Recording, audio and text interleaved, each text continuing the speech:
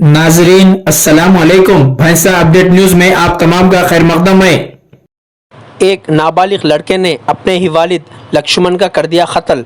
ये वाक़या भैंसा डिवीज़न तानूर मंडल के मौजे एलवी में पेश आया। वालिद लक्ष्मण को कुल्हाड़ी से कत्ल करके नाबालिग लड़के ने नाश को खेत में ही कर दिया दफन। मुतूफ़ी की अहलिया ने अपने शौहर लक्ष्मण की 31 अगस्त को गुमशुदगी की पुलिस में शिकायत दर्ज करवाने पर पुलिस ने तहकीकात के दौरान कत्ल करके नाश को छुपाने का सनसनीखेज़ वाक़या मंजर आम पर आया। इस कत्ल की वारदात में मुलव्विस नाबालिग लड़के के खिलाफ पुलिस ने ज्यूनल जस्टिस एक्ट के तहत किया मुकदमा दर्ज।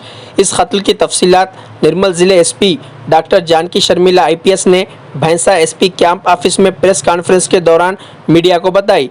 इस प्रेस कॉन्फ्रेंस में Bhainsa additional SP Avinash Kumar IPS, Mudhol CI Mallesh, Tanur SI Sheikh Zubair, Lokeshwaram SI Ashok और मधोल SI पिरसिस व दीगर मौजूद थे।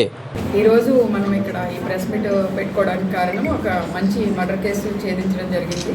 మన బైన్సా అడిషనల్ SP అవినాష్ కుమార్ ఆధ్వర్యంలో CI మల్లేష్ అండ్ తర్వాత లోకేశ్వరం SI అశోక్, ఎర్సిఎస్ Mudhol SI and Zubair Tanur SI వీళ్ళందరూ కలిసి ఒక మంచి దర్యాప్తు బృందంగా ఏర్పడి ఈ కేసుని ఛేదించడం జరిగింది। 31st నైట్ మనకి ఒక మిస్సింగ్ కంప్లైంట్ వచ్చింది। 31st 8 నాడు ఏంటంటే వాళ్ళ అబ్బాయి వచ్చి కంప్లైంట్ ఇచ్చారు। మా నాన్న నేను అక్కడి వరకు వచ్చాము। వచ్చినాక ఆయన హైదరాబాద్ వెళ్ళిపోయాడు, తిరిగి మళ్ళా రాలేదు అనేసి మా కంప్లైంట్ వస్తే మిస్సింగ్ కేసు రిజిస్టర్ చేశాము। సో 2-3 డేస్ బ్యాక్ ఏమైందంటే మేము దాని గురించి దర్యాప్తు చేస్తూ ఉన్నాము, కానీ ఏమైంది ఆయన ఫోన్ ఏది వాడటం లేదు, ఏ రకమైన ఆధారాలు కూడా మాకు లభించలేదు। ఆ కేసు దర్యాప్తు కొనసాగుతుండగానే మనకి వాళ్ళ పొలంలో వాళ్ళ పెంపుడు కుక్క ఏం చేసిందంటే ఒక 3-4 డేస్ బ్యాక్ ఒక స్కల్ని బయటకు తీయడం జరిగింది। సో ఆ స్కల్ ఆధారంగా మన అడిషనల్ SP బైన్సా అవినాష్ కుమార్ ప్లేస్ని సందర్శించారు ఇమ్మీడియట్గా। అక్కడ ఉన్న గుర్తులను బట్టి కూడా అది ఆ మిస్సింగ్ పర్సన్ మృతదేహంగా గుర్తించడం జరిగింది। తర్వాత అక్కడ అన్ని లభించిన ఆధారాలను బట్టి దర్యాప్తు చేశారు। ఈ దర్యాప్తు బృందంలో మన ముదోల్ CI మల్లేష్, తర్వాత Mudhol SI పెర్సిస్, Lokeshwaram SI Ashok and Tanur SI Zubair వీళ్ళందరూ కూడా చాలా సమర్థవంతంగా పనిచేసి ఈ హత్య కేసుని ఛేదించడం జరిగింది। ఈ హత్యని వాళ్ళ కొడుకే చేశాడు అని ఇందులో గుర్తించడం జరిగింది।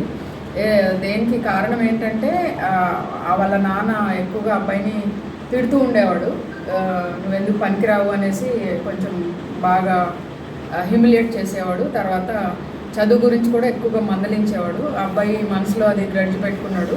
రాత్రి పొలం చూడడానికి వెళ్ళినప్పుడు అక్కడ నేను వెళ్ళను అంటే మళ్ళీ వాళ్ళ నాన్న తిట్టాడు, నువ్వు యూజ్లెస్ ఫెలో అది ఇదని తిడితే ఈ అబ్బాయి కోపం వచ్చి గొడ్డలతో కొట్టి గడ్డపారతోటి అక్కడ తవ్వి పూర్తి చేశారు ఆ పొలంలో। సో మన దర్యాప్తు బృందం అంతా కూడా చాలా చక్కగా ఎఫిషియెంట్గా చేసి అన్ని ఆధారాలు కూడా వీళ్ళు స్వాధీనం చేసుకోవడం జరిగింది। హత్య చేయడానికి ఉపయోగించిన గొడ్డలి, తర్వాత ఆ గడ్డపార, తర్వాత సలాకులు ఇవన్నీ కూడా సీజ్ చేశారు। అలాగే ఈ గోను పట్టాలు ఏవైతే ఉన్నాయో అలాంటి గోను పట్టాలే వాళ్ళ ఇంట్లో దొరికాయి। అలాగే ఈ మృతదేహాన్ని 2 గోను పట్టాల్లో పెట్టి తాడుతో కట్టారు। ఆ తాడు కూడా మనకి అక్కడ సీజ్ చేశారు। తర్వాత సేమ్ తాడు, కట్ చేసిన తాడు మనకి ఎవరైతే చనిపోయినారో వాళ్ళ ఇంట్లో కూడా దొరకడం జరిగింది।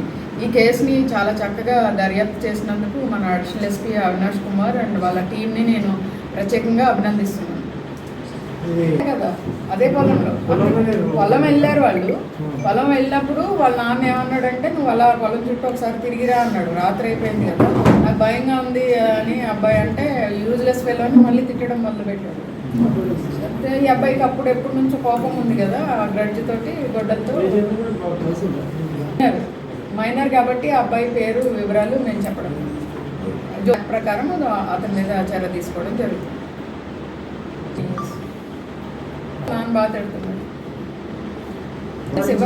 नाजरीन आपके अपने YouTube चैनल भैंसा अपडेट न्यूज़ को लाइक, शेयर और सब्सक्राइब जरूर करें।